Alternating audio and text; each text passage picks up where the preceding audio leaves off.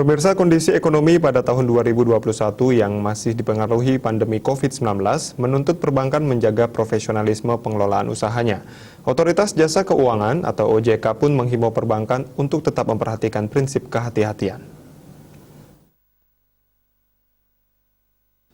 Kepala OJK Regional 8 Bali dan Nusa Tenggara, Giri Tribroto mengatakan, selain tetap memperhatikan prinsip kehati-hatian dan menjaga profesionalisme, tentu perbankan wajib juga menjaga integritas dalam mengelola banknya. Prinsip kehati-hatian tetap harus diutamakan dalam penyaluran kredit, termasuk dalam pemberian relaksasi sesuai ketentuan yang berlaku.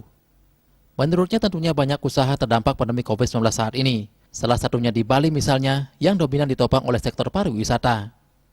Kendati demikian, bank juga harus jeli melihat peluang dan perkembangan dunia usaha yang muncul di masa pandemi.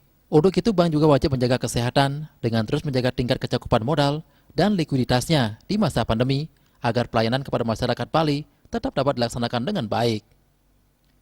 Di situasi seperti saat ini, tentunya merupakan tantangan yang berat untuk industri keuangan Bali dan Indonesia pada umumnya, namun pihaknya yakin Bali dan Indonesia mampu melaluinya. Sementara terkait pertumbuhan kredit perbankan di Bali pada tahun 2021, ia menyebutkan target pertumbuhan kredit perbankan di Bali termasuk NTB dan NTT berada di kisaran 6-7%, sama seperti target nasional.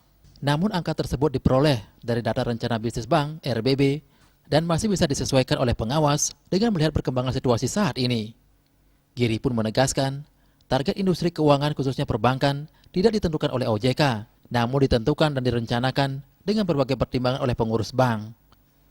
OJK memastikan bahwa target yang ingin dicapai oleh bank realistis dan dapat tercapai, dan proses pencapaiannya dilaksanakan sesuai dengan ketentuan yang berlaku.